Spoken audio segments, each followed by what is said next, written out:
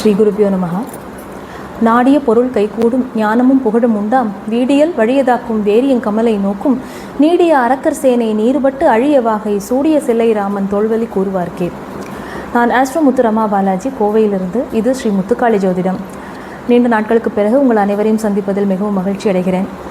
இப்போ நம்ம பார்க்க இருக்கிறது நாளை பிறக்க இருக்கக்கூடிய ஆனி மாதத்திற்கு உண்டான சுப விசேஷ தினங்கள் என்னெல்லாம் விரத நாட்கள் என்ன வருது, ஏதாவது முக்கியமான பண்டிகை ஏதாவது வருதா, விசேஷ தினங்கள் என்னங்கிறத பற்றின ஒரு சுருக்கமான தகவல். இதை எதுக்காக கொடுக்குறோம் அப்படின்னா, அந்த மாதத்திற்குண்டான விசேஷ தினங்கள் என்ன நம்ம முன்கூட்டியே தெரிஞ்சுண்டு அதை குறித்து வைக்கிறது மூலமாக நம்மளுடைய ஜாதகத்தில் சில குறிப்பிட்ட விஷயங்களுக்கு நம்ம ஏதாவது பரிகாரம் பண்ணிக்கணும், இல்லை ஏதாவது பிராயச்சித்தம் தேடிக்கணும்னா அதுக்கு நமக்கு சௌகரியமாக இருக்கும். பஞ்சாங்கத்தை வச்சு நம்ம பார்த்துட்டா கூட அதை நம்ம ஒரு அது எதற்காக அப்படின்னு சொல்லி அதோடைய முக்கியத்துவத்தோடு நம்ம தெரிஞ்சுக்கும் போது நமக்கு அது மேலும் பயனுள்ளதாக இருக்கும். இப்போது இந்த விஸ்வாவசு வருடத்தில் ஆனி மாதம் என்றைக்கு பிறக்கிறதுனா 15/6/2025 ஞாயிற்றுக்கிழமை, ஜூன் மாதம் 15ஆம் தேதி ஆனி மாதம் பிறக்கிறது. ஆனி மாதம்ங்கிறது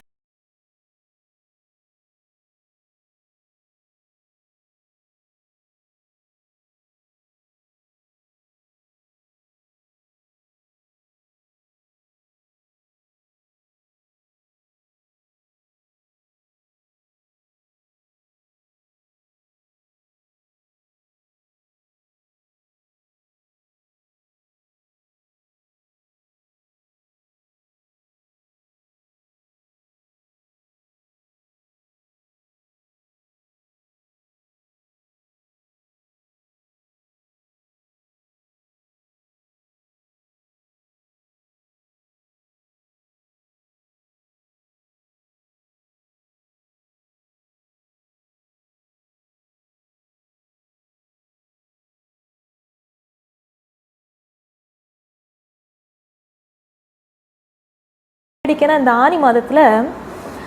ஆனி மாதத்தில் இருக்கக்கூடிய கிரக நிலைன்னு நம்ம பார்த்தோம்னா, மாதம் பிறக்கும்போது எப்படி இருக்குது, மிதுன ராசிக்குள்ளே சூரியன் பிரவேசம் பண்ணுறார். ஒரு தமிழ் மாதத்தில் முதல் நாளன்று தான் என்ன பண்ணுவார், சூரியன் இதற்கு முந்தைய ராசியிலிருந்து அந்த குறிப்பிட்ட ராசி கட்டத்துக்கு பிரவேசம் பண்ணுவார்.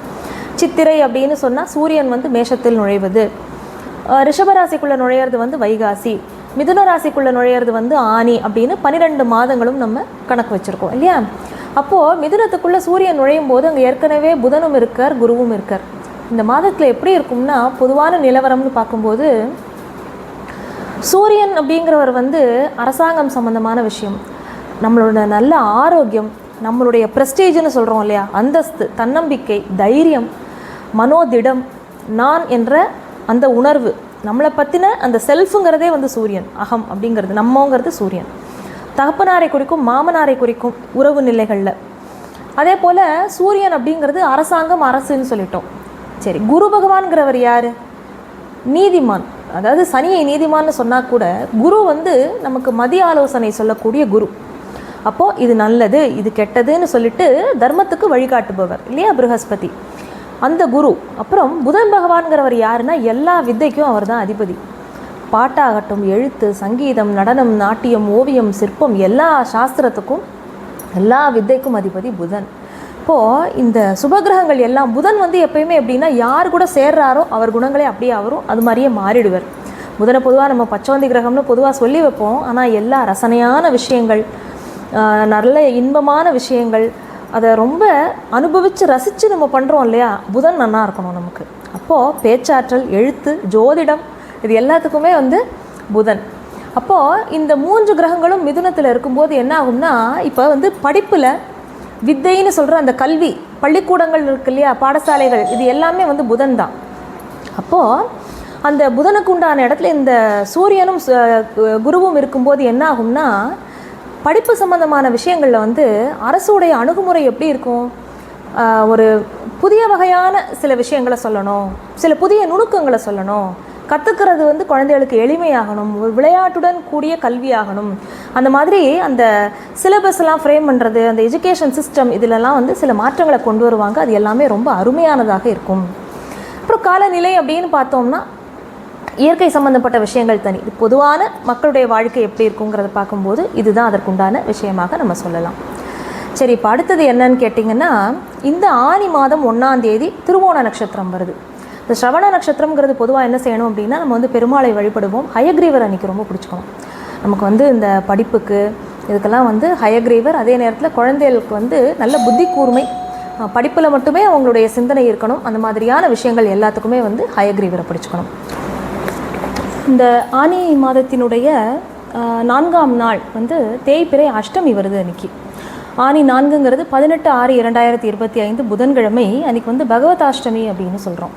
இந்த தேய்பிறை அஷ்டமியில் போய் நீங்கள் பைரவரை வழிபடுறதன் மூலமாக தீராத கடன் சுமை, நிறைய வருடமாக இந்த கடனை என்னால் அடைக்கவே முடியல, இதனால் எனக்கு ரொம்ப மன உளைச்சலாக இருக்குது, பிரச்சனை இருக்குது, இல்லை ஒரு தெரியாமல் ஒரு இடத்துல கடன் வாங்கி அது எனக்கு நிறைய சங்கடங்களை கொடுக்கறது அப்படின்னா, கடன்கள் தீரவும் மீண்டும் மீண்டும் நமக்கு வந்து இந்த கடன் வாங்குகிற மாதிரியான ஒரு நிலைமை இல்லாமல் நல்லபடியாக தன வருமானம் இருக்கணும் அப்படிங்கிறதுக்கு, அந்த கடனால் ஏற்பட்ட அசிங்க அவமானங்கள் மறையறதுக்கு, இந்த மாதிரி விஷயங்கள்லாம் வந்து நமக்கு ஒரு பரிகாரமாக பண்ணணும் அப்படின்னா, இந்த பகவதாஷ்டமி அன்னைக்கு போய் நீங்கள் பைரவர் வழிபாடு செய்யுங்க. கோவிலில் போய் எந்த விதமான தீபம் ஏற்றி வழிபடுவது அப்படிங்கிறத அங்கே இருக்கிற குருக்கள்கிட்ட கேட்டு அதுக்கு தகுந்த மாதிரி பண்ணுங்கள். இது ரொம்ப எளிமையான பரிகாரம். அதனால் கட்டாயமாக பைரவரை போய் எனக்கு பார்க்குறது நல்லது. இன்னொன்று, பைரவர் வழிபாடு எப்போ பண்ணலான்னா, பல பேருக்கு ஜாதகத்தில் வந்து இந்த அடிக்கடி தேவையில்லாமல் வண்டியில் ஆக்சிடென்ட் ஆகிட்டே இருக்கும், அடிபட்டுட்டே இருக்கும் இல்லையா. காலபைரவருங்கிறவர் வந்து வந்து ஒரு என்ன சொல்கிறது, யமனையே கிட்ட நெருங்க விடாமல் நமக்கு வந்து ஒரு கவசம் மாதிரி இருக்கக்கூடியவர் காலபைரவர். அதனால் அவர்கிட்ட போய் நீங்கள் வந்து ஒருவர் அஷ்டமியும் தவறாமல் போய் காலபைரவரை வழிபடுறதன் மூலமாக இந்த விதமான தொந்தரவுகளுமே உங்களுக்கு போகும். ஜாதகத்தில் சில பேருக்கு அந்த விதமான ஒரு கண்டங்கள் மாதிரியான விஷயங்கள் இருக்குங்கிறது இருந்தால் நீங்கள் அவசியமாக போய் வழிபாடு பண்ணுறது ரொம்ப சிறப்பு. அதே நேரத்தில் இறைவனுடைய அடியவர்களுக்கு, சிவனடியார்களுக்கோ இறை தொண்டு செய்பவர்களுக்கோ நம்ம ஏதாவது நமக்கு தெரிஞ்சோ தெரியாமலோ அவங்களுக்கு கஷ்டம் வர மாதிரி ஏதாவது பண்ணியிருந்தோம்னா அந்த வகையான பாவங்களும் நீங்கக்கூடிய நாள். அதனால் கட்டாயமாக இன்றைக்கி போய் வழிபாடு பண்ணிட்டு வாங்க. அடுத்தது ஆனி மாதம் 8ஆம் தேதி. ஆனி 8ங்கிறது வந்து தசாவதாரத்தில் கூர்மாவதாரம் எடுத்தார் இல்லையா. அப்போ அந்த கூர்மர் ஜெயந்திங்கிறது வந்து ஆனி 8ஆம் தேதி ஞாயிற்றுக்கிழமை வர்றது. அடுத்ததாக ஆனி 9ஆம் தேதி வந்து பிரதோஷம் வருது. பிரதோஷம் அப்படிங்கிறது 23/6/2025 23ஆம் தேதி திங்கட்கிழமை சோமவார பிரதோஷமாக வருது. அது ரொம்ப விசேஷம். அடுத்தது ஆனி மாதம் 12ஆம் தேதி 26/6/2025 அன்றைக்கி வந்து சந்திர தரிசனம் பண்ணிக்கிறது ரொம்ப நல்லது. அன்றைக்கி வந்து வியாழக்கிழமை என்ன ஒரு விசேஷம் அப்படின்னு கேட்டால், அன்றைக்கி வராகி நவராத்திரி ஆரம்பிக்கிறது. வராகி நவராத்திரியானது ஜூன் 26 ஆரம்பித்து ஜூலை 4ஆம் தேதி முடிவடைகிறது.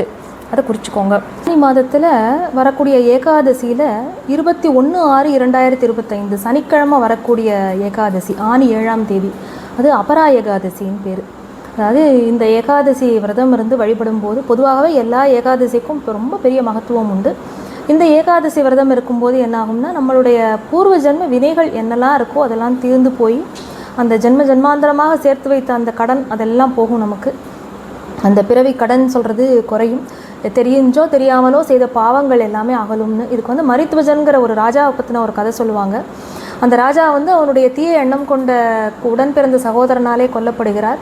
அப்போ அவருடைய ஆத்மா வந்து ஒரு அதுக்கு ஒரு அதோடைய இது சாந்தி அடையாமல் அது அப்படியே அலைஞ்சுன்னு இருக்கான். அப்போ அங்கே இருக்கிற ஒரு முனிவர் வந்து அது தெரிஞ்சு தன்னுடைய ஏகாதசி விரதம் இருந்த மகிமையால் அந்த ஆத்மாவுக்கு புரிதத்துவத்தை கொடுக்குறார் அப்படிங்கிறது ஒரு கதை. அதே போல் ஹரிச்சந்திர மகாராஜாவும் தன்னுடைய இழந்து போன அந்த ராஜ்யத்தை மீட்டெடுப்பதற்கும் தன் பூர்வஜன்ம வினையால் தான் இழந்த அந்த உறவுகள், மனைவி இழந்தார், மகனை இழந்தார் இல்லையா, அந்த உறவெல்லாம் இழந்து போனதெல்லாம் மீட்டெடுக்க தன் ராஜ்யத்தை மீட்டெடுப்பதற்கு அவருக்கு இந்த ஏகாதசி விரதம் வந்து ரொம்ப துணையாக இருந்தது அப்படிங்கிறது நம்முடைய புராணங்களில் வரக்கூடிய விஷயங்கள். அதனால் இந்த ஏகாதசியை தவற விடாதீங்க. அடுத்தது ஆனி மாதம் 22ஆம் நாள், அதாவது ஜூலை மாதம் 6ஆம் தேதி ஞாயிற்றுக்கிழமை வந்து விஷ்ணு சயன ஏகாதசி, இன்னொரு ஏகாதசி வருது, சுக்லபக்ஷத்தில் இது வருது. அடுத்தது வந்து சிவராத்திரி விரதம் அப்படின்னு பார்த்தோம்னா ஆனி மாதம் 9ஆம் தேதி 23/6 திங்கக்கிழமை அன்றைக்கி சிவராத்திரி வருது. சிவராத்திரி விரதம் இருக்கிறவங்க மாத சிவராத்திரி அன்றைக்கி இருக்கலாம். இதுதான் முக்கியமான விரத நாட்கள். தவற விடக்கூடாத விஷயங்கள்னு சொல்கிறது, அபிஷேகம் பண்ணி அன்றைக்கி வழிபடுவது சிறப்பு. நீங்கள் எந்த தெய்வத்துக்கு வேணாலும் நீங்கள் அன்றைக்கி வந்து அபிஷேக பிரார்த்தனை பண்ணி இந்த மனசில் நினச்சிட்டு இருந்தீங்கன்னா அன்றைக்கி போய் நிறைவேற்றுங்க. சகல தோஷ நிவர்த்தி. இதில் என்ன இன்னொரு அடிஷ்னல் விஷயம் என்னன்னு கேட்டால், நீங்கள் ஏதாவது தொழிலில் வந்து உங்களுக்கு ரொம்ப போட்டி இருக்குதுன்னு நினச்சிங்கன்னு வச்சுக்கோங்க. சில பேருக்கு வந்து தொழிலில் ரொம்ப போட்டி பொறாமைனால நம்ம மேலே விருத்தியாக முடியாத ஒரு நிலைமை, ஏதோ ஒன்று நல்ல போயின்னு இருக்கிற மாதிரி இருக்கும், டக்குன்னு ஏதோ ஒரு சரிவு வரும். இந்த பிரச்சனைகள் எல்லாம் போகணும் அப்படின்னா அடுத்தது வாராகி நவராத்திரி முடிவுங்கிறது வந்து 4/7/2025. அதுதான் வாராகி நவராத்திரி அன்றைக்கூட முடியறது. அன்றைக்கே வந்து சக்கரத்தாழ்வார் ஜெயந்தியும் அன்றைக்கி தான். நிறைய பேர் வந்து வீட்டில் சுதர்சன ஹோமம் இதெல்லாம் பண்ணணும்னு நினச்சிருந்தீங்கன்னா அன்றைக்கி தாராளமாக பண்ணிக்கலாம். ரொம்ப அருமையான நாள். சக்கரத்தாழ்வார் யார் அப்படின்னா, நம்ம விஷ்ணுவுடைய கையில் இருக்கக்கூடிய, மகாவிஷ்ணு கையில் இருக்கக்கூடிய சுதர்சன சக்கரம் தான் அவர். நமக்கே தெரியும் ஒரு சக்கரத்தினுடைய வலிமை என்னங்கிறது. அது வந்து தீமைகளை அழிப்பது, தீயவர்களை அழிப்பது. அப்போது நமக்கு வந்து ஒரு ப்ரொடெக்ஷன் எப்பயுமே வேணும். ஒரு வீடு இருந்ததுன்னா ஜென்ரலாக வாஸ்து தோஷம் நம்ம நிறைய சொல்கிறோம் இல்லையா, வீட்டில் வந்து வாஸ்து சம்பந்தமான குறைபாடுகள் இருக்குது அப்படின்னா அந்த 4ஆம் இடத்தை பார்த்தாலே தெரிஞ்சு போயிடும். 4ஆம் இடமே ஒரு ஜாதகத்தில் லக்னத்துக்கு 4ஆம் இடம் தான் உங்களுடைய வீடு. அந்த இருப்பிடத்தில் இருக்கக்கூடிய எந்த வகையான வாஸ்து கோளாறுகள் இருந்தாலும் நீங்கள் வந்து ஒரு 3 வருஷத்துக்கு ஒரு தடவையாவது இந்த மாதிரி சுதர்சன ஹோமம் அந்த மாதிரி பண்ணிக்கிறது ரொம்ப ரொம்ப நல்லது. சில பேர் வருஷம் ஒரு தடவை வீட்டில் கணபதி ஹோமம் பண்ணுறதுங்கிறத வழக்கமாக வச்சுருப்பாங்க. நீங்கள் பார்த்தீங்கன்னா அப்படிப்பட்ட வீடுகள்லாம் எந்த விதமான கஷ்டங்கள் வந்தாலுமே மலை மாதிரி வந்தது பனி மாதிரி போயிடும். அதனால் அது அவ்வளோ ஒரு சக்தி வாய்ந்தது. ரொம்ப எளிமையாக நம்ம பண்ணிக்கலாம். அதுக்கு நமக்கு ஒரு வருடம் இதற்காக பெரும் தொகையை செலவு பண்ணணுமே நினைக்க வேண்டாம். அதே போல் உடம்புல தீராத வியாதி இருக்குது, அந்த நோய் தொந்தரவுங்கிறது ரொம்ப இருக்குது, உடம்பு படாப்படுத்தின்னு இருக்குன்னு நினைக்கிறவங்க எல்லாருமே வந்து சுதர்சனர் நினச்சிக்கோங்க. அந்த உடம்பால் ஏற்படக்கூடிய பிணி, அதே போல் மனோவியாதி போகும். நிறைய பேருக்கு மனதில் வந்து ஒரு தைரியம் இல்லாத தன்மை இருக்கும் இல்லையா, அது எல்லாமே சுதர்சனரை கும்பிட்டாலே அது எல்லாமே சரியாக போயிடும். 10/7/2025 ஆனி மாதம் 26ஆம் நாள் அன்றைக்கி வந்து பௌர்ணமி, குரு பூர்ணிமா, வியாச பூஜை அப்படின்னு சொல்லக்கூடிய குரு பூர்ணிமா அன்றைக்கி தான். நமக்கு வந்து பாடம் சொல்லி தந்த குருமார்கள், நமக்கு யார் வழிகாட்டியாக இருக்காங்களோ அவங்கள வந்து மனதார அவங்கள வணங்கிண்டு அவங்களுக்கு நமஸ்காரம் பண்ணி நேரில் போய் பார்க்க முடிஞ்சால் அவங்களுக்கு ஏதாவது வஸ்திரங்கள் வாங்கி கொடுக்கறதுங்கிறது ரொம்ப ரொம்ப சிறப்பு. எப்பயுமே குருவை நம்ம பார்க்க போகும்போது வெறும் கையோடு போகக்கூடாது. ஏதாவது பழங்களோ பூக்களோ என்ன இது இருக்கோ எல்லாம் நல்லா வாங்கிட்டு ஒரு தட்டு நிறைய வச்சுட்டு நிறைவாக கொண்டு போய் வஸ்திரத்தோடு வச்சு குருவுக்கு வச்சு நமஸ்காரம் பண்ணிட்டு வரணும். நம்மளுடைய மாதம் 17ஆம் நாள் அன்னைக்கு வந்து செவ்வாய்க்கிழமை ஆனி திருமஞ்சனம். எல்லா கோவில்களையும் இறைவனுக்கு விசேஷ அபிஷேகங்கள் செய்வது வழக்கம். அன்றைக்கி அபிஷேகத்துடைய ஒரு பொருள் அபிஷேகம் பண்ணுறதுக்கும் ஒரு பலன் இருக்குது. அதனால் உங்களுடைய மனதில் என்ன கஷ்டங்கள் இருக்கோ அதற்கு தகுந்த மாதிரி ஒரு திரவிய பொருளை வாங்கி கொடுத்து இறைவனுக்கு அபிஷேகம் பண்ணுங்கள். வாழ்க்கையில் நிச்சயமாக மாற்றங்கள் இருக்கும். இதுவரை ஆனி மாதத்திற்கு உண்டான விசேஷ தினங்களை பார்த்தோம். இப்போ அடுத்தது நம்ம அந்த வாராகி நவராத்திரி என்ன அப்படின்னா என்ன, அதனுடைய விசேஷம் என்ன அப்படிங்கிறத பற்றி விரிவாக பார்க்கலாம்.